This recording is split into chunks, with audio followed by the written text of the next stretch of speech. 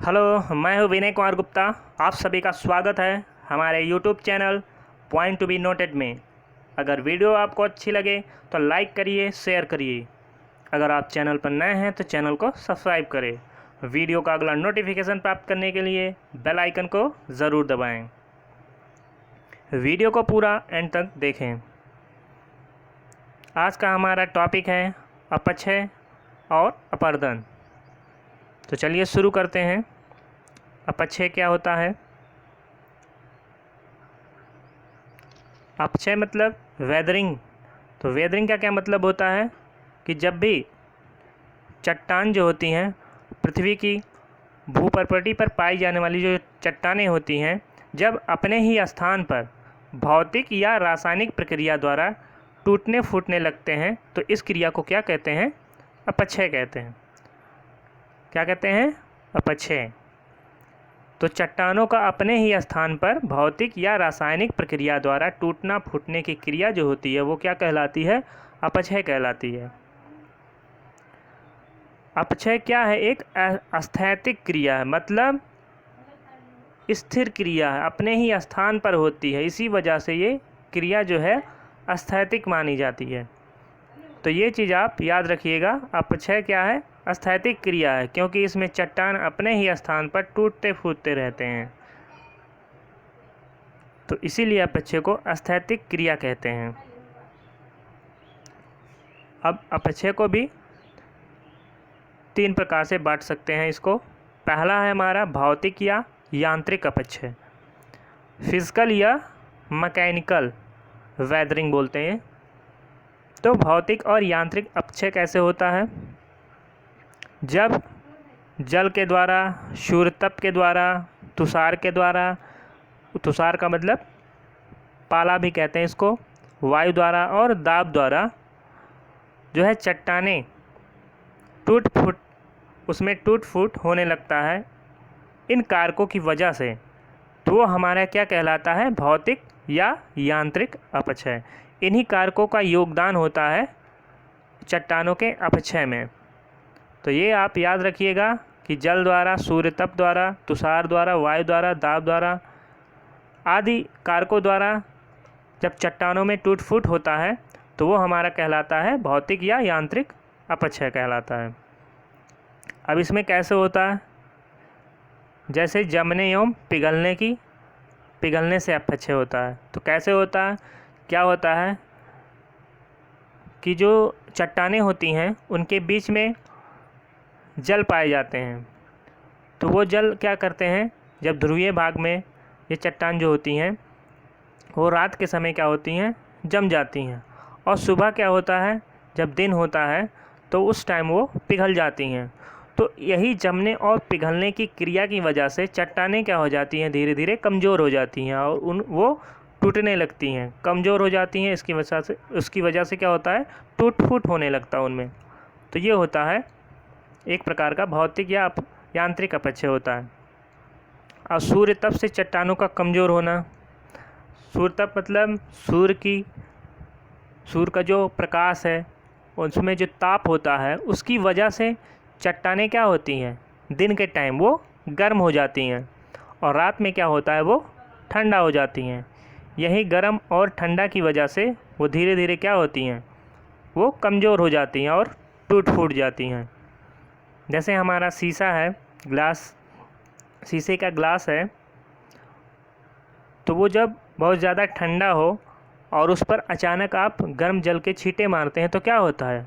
वो ग्लास चटक जाता है। तो वही क्रिया सेम चट्टानों के साथ भी होता है कि वो दिन में गर्म रहते हैं और रात को ठंडे हो जाते हैं। ये क्रिया चलती रहती है और एक समय आता है कि ये कमज़ोर होकर टूट जाती हैं। तुषार, पाला द्वारा भी वही सेम प्रक्रिया है।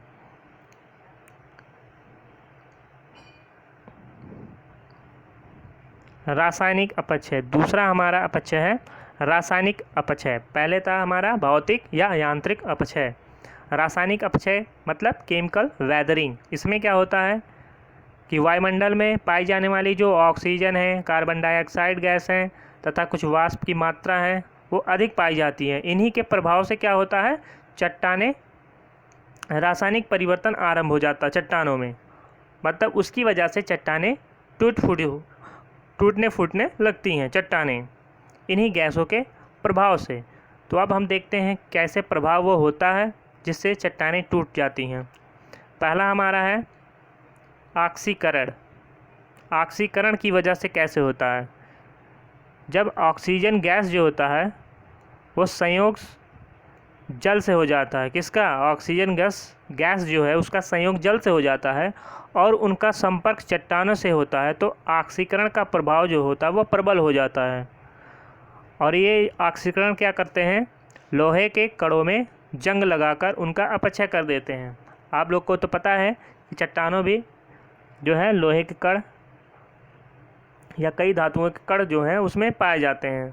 तो लोहे के कण जो होते हैं वो उसमें जंग लगना स्टार्ट हो जाता है, जिसकी वजह से अपक्षय होने लगता है चट्टानों में। तो इस प्रकार ऑक्सीकरण की क्रिया होती है। तो ऑक्सीकरण की वजह से किस प्रकार चट्टानें टूटती हैं आप समझ गए होंगे। अगला है हमारा कार्बोनीकरण। कार्बोनीकरण से कैसे होता है, जब जल और कार्बन डाइऑक्साइड इन दोनों का संयोग होता है तो क्या बनता है हमारा, कार्बोनेट बनता है। क्या बनता है? कार्बोनेट। जल और CO2 का जब संयोग होगा तो कार्बोनेट बनता है, जो चट्टानों को क्या करती हैं, घोल देते हैं। कार्बोनेट क्या करता है, चट्टानों को घोल देता है। चूने के चट्टानों का संयोग जब कार्बन डाइऑक्साइड से होता है तो चूने के पत्थर किस में चेंज हो जाते हैं, कैल्शियम बाइकार्बोनेट में। कैल्शियम बाइकार्बोनेट में चेंज हो जाते हैं। जो हमारे चूने के चट्टान होते हैं उनका संयोग क्या होता है, जब कार्बन डाइऑक्साइड से हो जाता है तो वो क्या करते हैं, चूने को किस में बदल देते हैं, कैल्शियम बाइकार्बोनेट में, और इस प्रकार वो आसानी से जल में घुल भी जाता है। तो जो कैल्शियम बाइकार्बोनेट होते हैं वो आसानी से जल में घुलने वाले होते हैं। तो इस प्रकार जो होता है कार्बोनीकरण की क्रिया होती है, जिससे चट्टानें जो हैं वो टूट फूट उनमें उत्पन्न हो जाता है और वो गिरने लगती हैं। जल योजन क्या है, जब चट्टानों पर जल पड़ता है तो क्या करती हैं, चट्टानें जल को सोख लेती हैं और उससे क्या होता है, उनके कणों के आयतन में क्या होता है, वृद्धि हो जाता है। आयतन के विस्तार के कारण चट्टानें कमज़ोर पड़ जाती हैं। तो इस प्रकार जलयोजन की क्रिया होती है। जलयोजन की क्रिया में क्या होता है कि चट्टानें जल को सोख लेती हैं और उनके अंदर जो मौजूद कण हैं उनका आयतन जल को सोखने की वजह से वृद्धि हो जाती है, और आयतन के विस्तार होने से क्या होता है, चट्टान कमज़ोर पड़ जाती है और वो टूट जाती हैं। तो इस प्रकार जलयोजन की क्रिया होती है। ये थे हमारे रासायनिक अपक्षय। अब हमारा तीसरा जो है अपक्षय है वो जैविक अपक्षय बोला जाता है। जैविक अपक्षय, बायोलॉजिकल वेदरिंग। इसमें क्या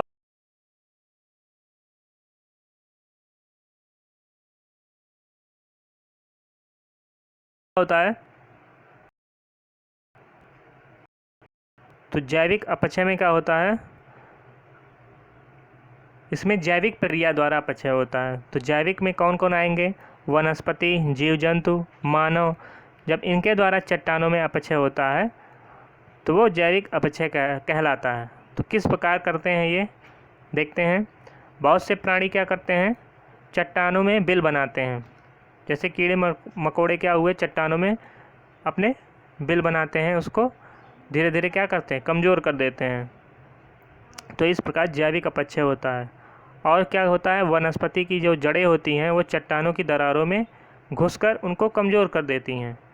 तो वनस्पति भी क्या करती हैं, जो चट्टानों के अंदर गैप होता है उनके अंदर घुसकर ये उसको धीरे धीरे कमज़ोर कर देती हैं, जिसकी वजह से जैविक अपक्षय होता है। तो इस प्रकार जो है जैविक अपक्षय भी होता है। अब हमारा आता है अपर्दन, एरोजन। एरोजन क्या होता है, जिसको अपर्दन बोलते हैं।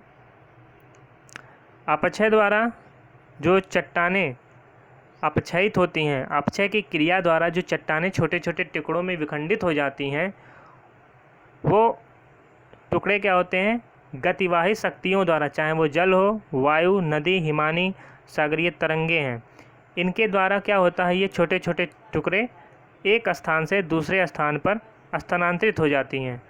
तो यही प्रक्रिया क्या कहलाती है? अपरदन कहलाती है। तो अपक्षय द्वारा जो चट्टानें टूटी हुई होती हैं उनको जो एक स्थान से दूसरे स्थान ले जाने का कार्य कौन करता है? ये गतिवाही शक्तियाँ हैं, जैसे जल का कार्य होता है, वायु का कार्य होता है, नदी, हिमानी, सागरीय तरंगे, ये सभी क्या करती हैं? इन छोटे छोटे टुकड़ों को एक स्थान से दूसरे स्थान पर ले जाती हैं। ये प्रक्रिया क्या कहलाती है? अपरदन कहलाती है। तो आई होप आप समझ गए होंगे अपरदन क्या होता है। अपरदन के अंतर्गत परिवहन और निक्षेप की क्रियाएं होती है। परिवहन का मतलब कि उन छोटे छोटे चट्टान के जो टुकड़े होते हैं उनको एक स्थान से दूसरे स्थान ले जाना परिवहन हुआ, और दूसरे स्थान पर ले जाकर वहाँ पर छोड़ देना, जमाव कर देना, वहाँ पर जम जाती हैं धीरे धीरे, तो वो कहलाती है निक्षेपण की क्रिया। तो ये दोनों क्रियाएं होती हैं अपरदन के अंतर्गत। परिवहन होता है, ले जाती हैं, और निक्षेपित कर देती, एक जगह छोड़ देती हैं। तो ये दोनों क्रियाएं जो होता है अपरदन में शामिल होता है, परिवहन और निक्षेपण। ये एक प्रकार का गत्यात्मक क्रिया है। तो हमने बताया कि जो अपक्षय है वो अस्थैतिक क्रिया है, क्योंकि चट्टानें केवल एक स्थान पर टूट फूट रही थी। लेकिन अपरदन में क्या होता है? वही टूटी फूटे जो चट्टान होते हैं उसको बहाकर ले जाती हैं। तो ये क्या हुआ? गत्यात्मक क्रिया हो गया। गति के द्वारा क्रिया हो रहा है, गतिज ऊर्जा के द्वारा हो रहा है, इसीलिए इसको गत्यात्मक क्रिया कहते हैं। क्योंकि इसमें अपक्षयित जो चट्टान होते हैं उसको एक जगह से दूसरे जगह ले जाया जाता है, जल द्वारा, वायु द्वारा, और भी क्रिया हिमानी द्वारा, सागरीय तरंगों द्वारा। तो आप समझ गए होंगे कि अपरदन क्या होता है। अपरदन और निक्षेपण की वजह से पृथ्वी के धरातल पर विभिन्न स्थलाकृतियाँ भी बन जाती हैं। किसकी वजह से? अपरदन और निक्षेपण की वजह से। तो वो पहला हमारा आता है, नदी या बहते हुए जल द्वारा पृथ्वी के ऊपर कौन कौन सी आकृतियाँ बनती है या किन आकृतियों का निर्माण होता है, उस पर हम एक चर्चा करते हैं, देखते हैं। पहला हमारा है वी आकार की घाटी। नदियों के बहने से बनता है वी आकार की घाटी। तो वी आकार की घाटी कैसे बनती है? नदी द्वारा अपनी घाटी में की गई ऊर्ध्वाधर काट के कारण घाटी पतली और गहरी हो जाती है। यही जो कहलाती है वी आकार की घाटी कहलाती है। इसका आकार वी हो जाता है। आप फिगर में देख रहे होंगे कि यही घाटी है, यहीं से नदियाँ बहती हैं। ये धीरे धीरे क्या करती हैं? इसको और गड्ढा करती जाती हैं, जिससे क्या होता है? ये वी शेप ले लेता है। इसी कारण इसको क्या कहते हैं? वी आकार की घाटी कहते हैं। तो आप फिगर से अच्छे तरीके से समझ गए होंगे कि वी आकार की घाटी कैसे बनती है। नदी द्वारा अपनी घाटी में की गई ऊर्ध्वाधर काट के कारण घाटी पतली और गहरी हो जाती है, जिससे वी आकार का निर्माण होता है। वही होता है वी आकार की घाटी। अगला है हमारा नदी विसर्प। क्या है? नदी विसर्प। विसर्प क्या होता है? मैदानी क्षेत्रों में नदी की धारा दाएं बाएं बलखाती हुई प्रवाहित होती हैं और विसर्प बनाती हैं। तो विसर्प कैसे बनता है? जब नदियों की धारा दाएं बाएं बलखाती हुई चलती हैं, प्रवाहित होती हैं, तो उससे क्या होता है? विसर्प बनता है। और यह विसर्प अंग्रेजी के यस अक्षर के समान होता है।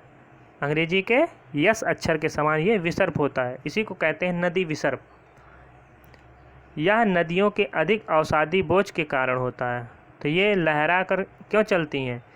ये अपने साथ काप, मिट्टी, अवसाद लेके चलती हैं। इसी वजह से ये दाएं बाएं होकर चलती हैं। इनका प्रवाह सीधे नहीं होता, इसी अवसादी बोझ की वजह से। फिगर देखते हैं। तो यही है हमारा नदी विसर्प। ऐसे ऐसे करके बहती हैं और अपने किनारों पर अवसाद छोड़ती हुई जाती हैं।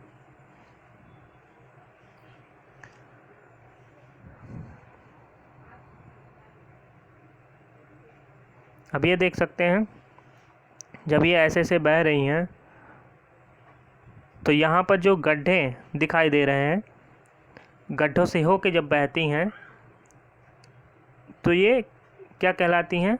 क्षिप्रिकाएँ कहलाती हैं। क्या कहलाती हैं? क्षिप्रिकाएँ। तो इसको आप देख लीजिए, समझ लीजिए। और ये विसर्प, नदी विसर्प के रूप में बह भी रही हैं, तो ये नदी विसर्प हुआ। अब आते हैं गोखुर झील क्या होता है।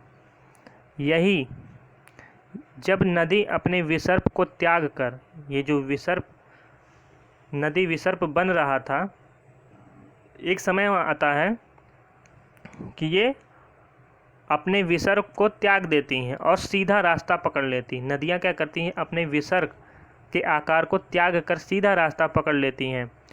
तब नदी का अवशिष्ट भाग गोखुर झील या छाड़न झील कहलाता है। क्या कहलाता है?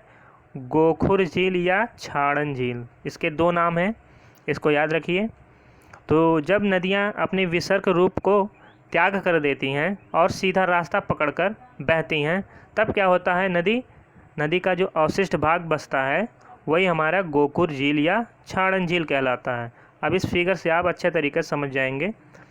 पहले ऐसे नदी बह रही थी, अब ऐसे बहने लगी, अब और विसर्प रूप रख लिया, फिर और ऐसे हो गया, फिर आगे जब बढ़ते हैं तो क्या होता है? ये सीधे बहने लगती हैं और ये अपना अवशिष्ट भाग छोड़ देती हैं।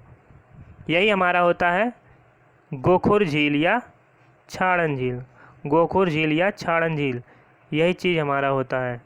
जो यहाँ छूटा हुआ भाग है, इसी में पानी भरा होता है और इसके आसपास जो होते हैं वो अवसादी छोड़ देते हैं। यही हमारा गोखुर झील का निर्माण हो जाता है।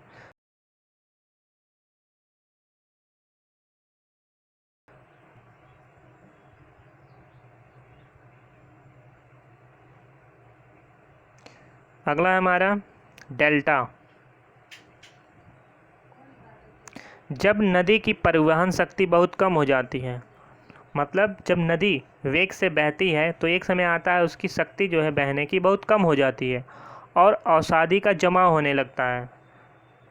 उन्हीं अवसादी की वजह से इसकी शक्ति धीरे धीरे क्या हो जाती है? बहने की शक्ति कम हो जाती है नदी की। और ये जो अवसादी अपने साथ लेकर आते हैं वो धीरे धीरे जमा करने लगते हैं एक तरफ, तो उसी से क्या होता है? डेल्टा नुमा आकृति का निर्माण होता है। उसी को कहते हैं डेल्टा। डेल्टा का निर्माण, जैसे सुंदरवन, हमारे भारत में सुंदरवन का डेल्टा जो है, इसी प्रकार इसका निर्माण हुआ है। जो हमारी गंगा और ब्रह्मपुत्र नदियाँ बहती हैं, उसी के द्वारा लाई गई अवसादी, मतलब काप मिट्टी जो भी है, अपने साथ लेकर आई हैं और उन्हीं की वजह से जमाव हुआ है और उसी जमाव से सुंदरवन डेल्टा का निर्माण हुआ है। तो किससे हुआ? गंगा ब्रह्मपुत्र नदियों से हुआ है सुंदरवन डेल्टा का निर्माण। ये चीज़ आप याद रखिएगा। जैसे इस फिगर में आप देख सकते हैं कि यहाँ से नदियाँ बह रही हैं, यहाँ से बहते हुए यहाँ आ रही हैं और धीरे धीरे किनारों पर क्या है? छोड़ती हुई चली गई। तो ये हमारा क्या है? डेल्टा का निर्माण हो रहा है। तो यही क्या कहलाती हैं? डेल्टा कहलाती हैं। आप हर तरफ देख, इधर से आ रही हैं, अपने किनारों पर छोड़ती हुई चली गई हैं, तो ये एक प्रकार का डेल्टा का निर्माण हुआ यहाँ पे। डेल्टा कैसे बनता है? आगे हमारा है जल प्रपात। क्या है? जल प्रपात। जब नदियों का जल ऊंचाई से खड़े ढाल से अत्यधिक वेग से नीचे गिरती हैं तो उसे क्या कहते हैं? हम जल प्रपात कहते हैं। जब नदियाँ क्या होती हैं? पहाड़ों से बहते हुई खड़े ढाल से अत्यधिक वेग से नीचे गिरती हैं तो उसे क्या कहते हैं? उसे जल प्रपात कहते हैं। जैसे भारत का सबसे ऊंचा जलप्रपात क्या है? जोग या गारसोप्पा। तो ये चीज़ आप याद रखिए, भारत का सबसे ऊंचा जलप्रपात क्या है? जोग या गारसोप्पा। ये कहाँ में है? कर्नाटक राज्य में है, शरावती नदी पर। कहीं शरावती भी लिखा रहता है, तो शरावती नदी पर है ये जलप्रपात जोग या गारसोप्पा। ये कितनी इसकी ऊंचाई है? 253 मीटर ऊंचा है। कहीं कहीं पर 260 भी लिखा रहता है, तो कंफ्यूज मत होइए, 253 है। तो 253 मीटर की ऊंचाई पर जोग या गरसोपा है। ये भारत की सबसे ऊंची जलप्रपात है जो कर्नाटक राज्य में शरावती नदी पर है। और विश्व का सबसे ऊंचा जलप्रपात क्या है? एंजल। एंजल जो है विश्व का सबसे ऊंचा जलप्रपात है, या सबसे बड़ा जलप्रपात कह सकते हैं। ये कहाँ पर है? वेनेजुएला में है। इसकी ऊंचाई कितनी है? 979 मीटर ऊंचा है। विश्व का सबसे ऊंचा जलप्रपात है एंजेल, जो वेनेजुएला में है। 979 मीटर ऊंचा है, या 979 मीटर ऊंचा है। तो आप देख सकते हैं फिगर में कि जलप्रपात क्या है। आप देख रहे हैं ये खड़े ढाल से ये पानी गिर रही हैं पहाड़ों से होते हुए, तो यही हमारा कहलाता है जलप्रपात। वीडियो यहीं पर ख़त्म होता है। तो वीडियो आपको कैसी लगी? अगर वीडियो आपको अच्छी लगी तो लाइक करिए, शेयर करिए। अगर नए हैं तो चैनल को सब्सक्राइब करें। वीडियो का अगला नोटिफिकेशन प्राप्त करने के लिए बेल आइकन को ज़रूर दबाएं। तब तक के लिए धन्यवाद। जय हिंद, जय भारत, वंदे मातरम।